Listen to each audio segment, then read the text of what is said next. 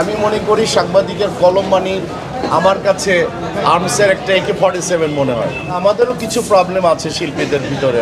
90-তে আমরা যারা আসছি, রিয়াজ, ফেরদৌস, মান্না ভাই, ফেসবুক দিয়ে তোর সাধারণ পুরো বাংলাদেশকে আর বিচার করা যাবে না।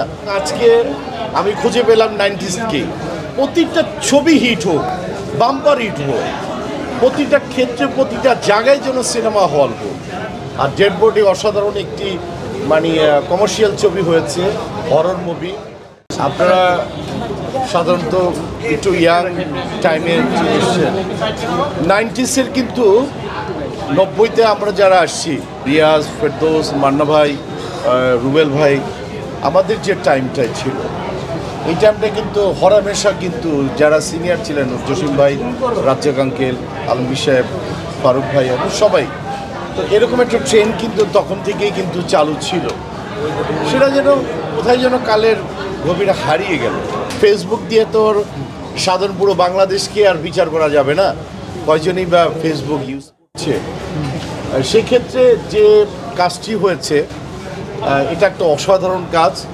ইকবালের ইকবালকে কংগ্রেচুলেশন দিতেই হয়। আর ডেড বডি অসাধারণ একটি কমার্শিয়াল ছবি হয়েছে, horror movie, it's really fantastic. আর এই ছবির অংশীদারিত্ব আমি একজন শিল্পী হিসাবে আছি এবং প্রতিনিধিত্ব করছি। এই ট্রেন্ডটা আজকে প্রায় 20 বছর পরে আমি নতুনভাবে দেখলাম। এবং আজকে আমি খুঁজে পেলাম 90s-কে। আগে যেরকম ট্রাককে ট্রাক, তখন হুন্ডা কম ছিল, অন্য অন্য ব্যবস্থা যেরকম বেবি ট্যাক্সি ছিল, ওগুলি দিয়ে কিন্তু প্রচার হতো। আর বিভিন্ন ক্ষেত্রে কিন্তু সুন্দর সুন্দর প্রচার হতো। সেটা হারিয়ে গেল, আবার ফিরে এসছে মোহাম্মদ ইকবালের ডেড বডি ছবির প্রচার দিয়ে। হোপফুলি সারা বাংলাদেশ জানবে, বাংলাদেশের বাংলা ভাষাভাষী মানুষগুলি জানবে। তো আমার মনে হয় আমাদের বাংলাদেশে কিন্তু একটা ওয়েদার ক্রাইসিস চলছে, একটা ব্যাড ওয়েদার কিন্তু বিরাজমান হচ্ছে। আল্লাহ সুবহানাহু ওয়া তাআলার কাছে আমাদের ফরিয়াদ করা ছাড়া আর কোনো পথ নেই। আমি যখন নাকি আজকে প্রচারের মধ্যে অবস্থান করছিলাম, তখনও কিন্তু প্রায় 42-43 টেম্পারেচার। পুরো বাংলাদেশেই কিন্তু রীতিমতো একটা জ্বলছে, আমরা খুব সাফার করছি।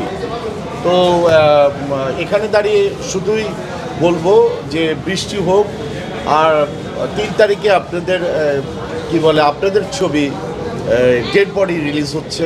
সাংবাদিক যারা আছেন আপনারা, তো আমাদের পরিপূরক কিন্তু আপনারা, কিন্তু আহামরি কোনো সাংঘর্ষিক নেই। কিন্তু আমি মনে করি সাংবাদিকের কলম মানি আমার কাছে আর্মসের একটা AK-47 মনে হয়।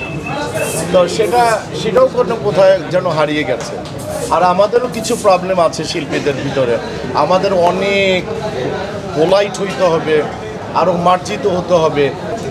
ছবি হোক, ইকবালদের মতো আরও কিছু আসুক, ছবি বানাক, প্রতিটা ছবি হিট হোক, বাম্পার হিট হোক, প্রতিটা ক্ষেত্রে প্রতিটা জায়গায় যেন সিনেমা হল হোক। আমি সবার কাছে একটা অনুরোধ করব, বাংলা ছবিকে একটু পেট্রোনাইজ করেন, একটু সুযোগ করে দেন।